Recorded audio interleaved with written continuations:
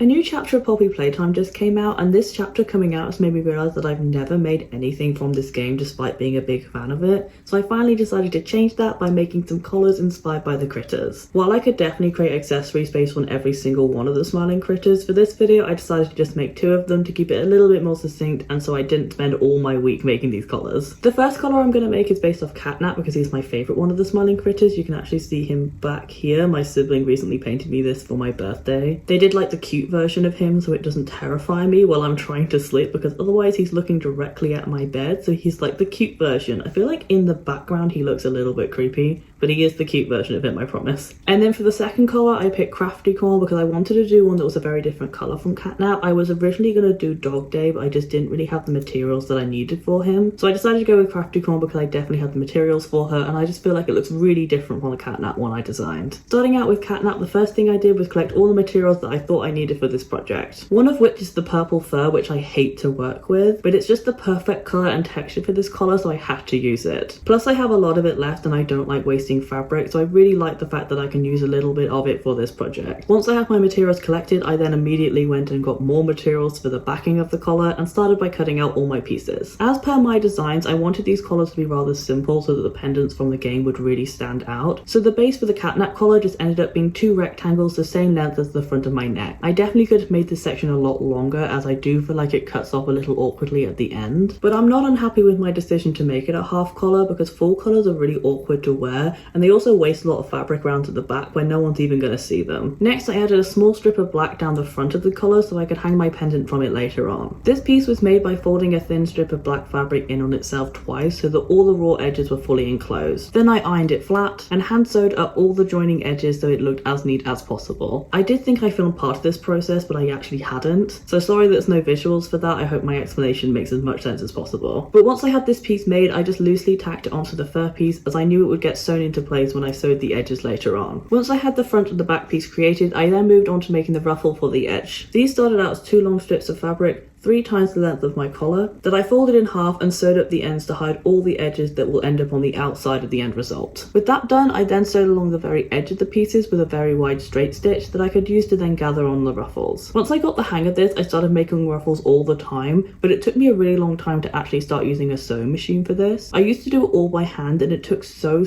long, whereas now I could get both of these ruffles done in less than 10 minutes. All you need to do is pick a thread to pull and pull it. With this fabric, I also carefully pushed it along the thread as I was pulling it so that it would bunch correctly, because this fabric is just too stiff to do it by itself. With some fabrics you don't really need to do it, it's thin enough that it gathers really nicely, but with fabrics like this I like to do it a little bit more manually so I don't risk snapping the thread. Now that I had my ruffles created, I could then fully construct the front piece of my collar. I could have done this all in one go, but I was worried about sewing both the fur and the ruffles at the same time, so I did it in 2 parts. First I sewed the ruffles onto my back panel, and then I sewed the fur over the top of this, sandwiching my ruffle in between the 2 panels. This makes it so that when it's split the right way out, all the seams are hidden and also the ruffles are on the outside. I realised when doing this that my fur would have made more sense if the pile was going downwards and not across, but I didn't want to unpick it and cut out a new piece of the fur, so I just stuck with it. It's just something that I wish I'd been more aware of while creating it. Most fabrics I work with don't have a direction. The only examples I can think of that are really obvious is fur and corduroy, so it's not an aspect of sewing that I ever really think about, but it's definitely something I should keep in mind if I do want my pieces to look more professional. Now that I have my full front panel created, I could add the straps to actually make it into a workable collar. I decided to make these out of very thin pieces of black fabric to mimic the pendant ribbon used in the original design, but I do wish I had done something a little thicker so that the transition between the front and the back wasn't so abrupt. To make the ribbon, I sewed very thin tubes out of the exact same fabric I just used to make the ruffles and top stitched them onto the sides of the centerpiece. Usually I would suggest folding in the edges of the side of the panel, but I really didn't want to take any width away from the front as it was already too short. Luckily with fur you can't really see where you top stitch over it. The fur will hopefully also hide any fraying that might happen along the edges if I ever decide to wash this piece. Finally, for the base collar I added a small button and buttonhole. Ordinarily collars are adjustable, but as I'm the only one who will be wearing these collars, I didn't mind making them both a singular size. Plus doing it this way meant that I didn't need to purchase any additional materials for this project, which is always a win for me as I don't want my sewing materials to grow exponentially. Currently they are very much outgrowing the space that I have for them, and they will really need a new organization system very soon, which is really annoying because I feel like I just did that, but they are just getting everywhere at this point. With the base collar all completed, I could then move on to making the pendant. I actually made the pendant twice because the first attempt just really wasn't working out. I originally wanted to make it out of fabric so that it would fully match the rest of the collar. So I got out this yellow fabric and very carefully sewed it into a moon shape, but it just looked too plushy for the character, which is ironic because Catnap was originally designed as a plushy toy.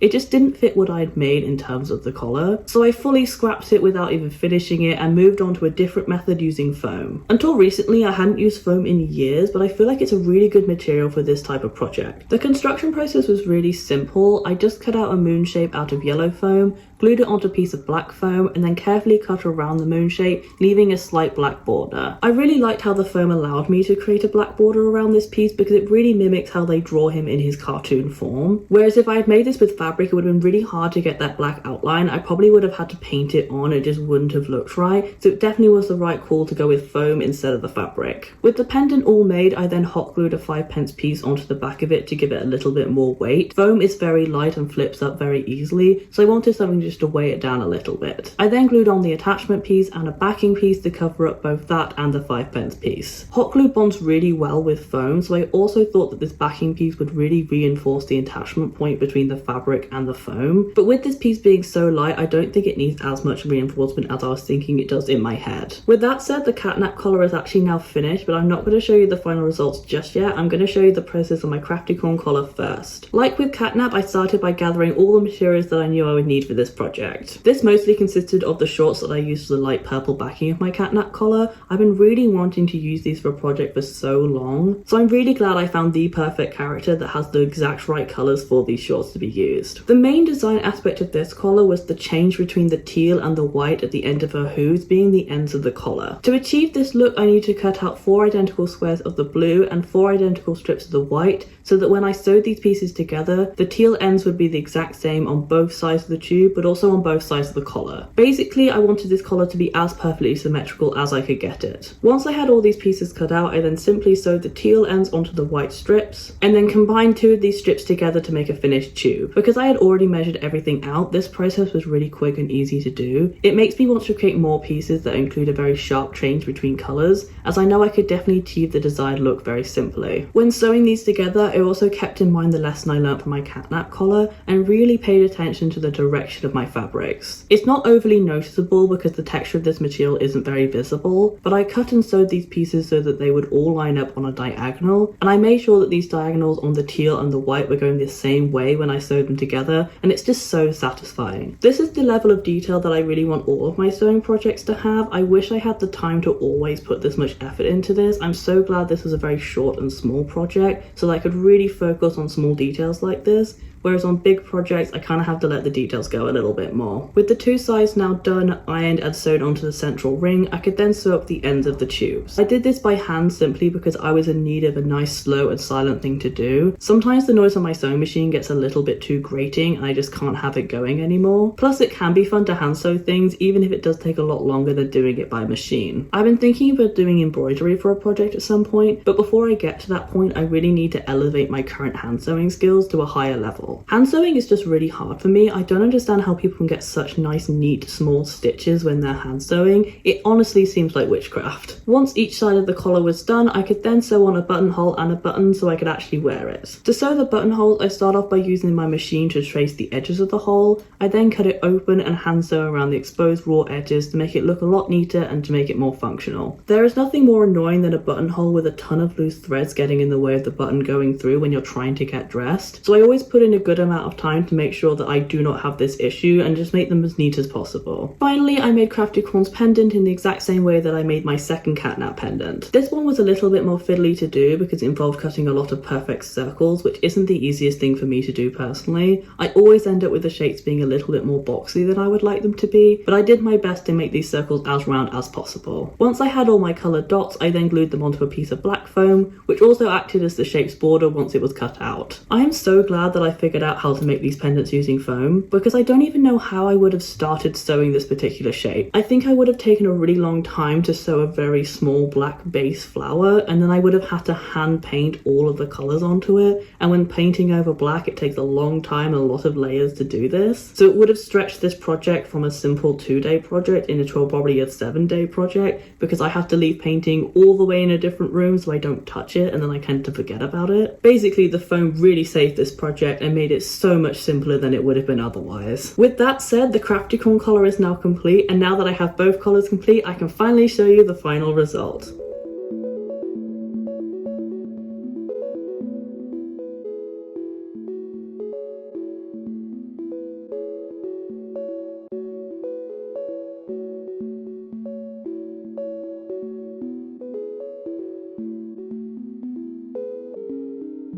Overall, I am really happy with how these came out. I feel like they are really cute and really are reminiscent of the characters that inspired them. In terms of the catnap collar, there are definitely things that I would change if I was going to remake this. Firstly, I would obviously make this piece a lot longer so that it went more around my neck. Currently, it cuts off really awkwardly, like right under my ears, so I just wish it wrapped a little bit more. I probably would have also made it a little bit narrower. Currently, when I wear it, it just takes up a lot of my neck, whereas collars are normally like this size on me. It's just a lot wider than I'm used to. It also has a very obvious fold line down the center of it because I sewed the fur on quite badly, which means it's too tight and it won't actually stretch to the same length as the other side, so it doesn't lay as flat as I would like it to. This could easily be fixed if I just took out this piece and sewed on a different one, but I probably won't do that because it would take a long time to do, and I really am happy with how the ruffles came out, so I don't want to accidentally ruin them in that process. I also like this one because the pendant is completely removable. I can take this off and actually wash this and also put the pendant on something else if I wanted to. Because it's fully removable, I could take this and put it on anything. I could put it on a different bag. I could even put it on this color if I wanted to.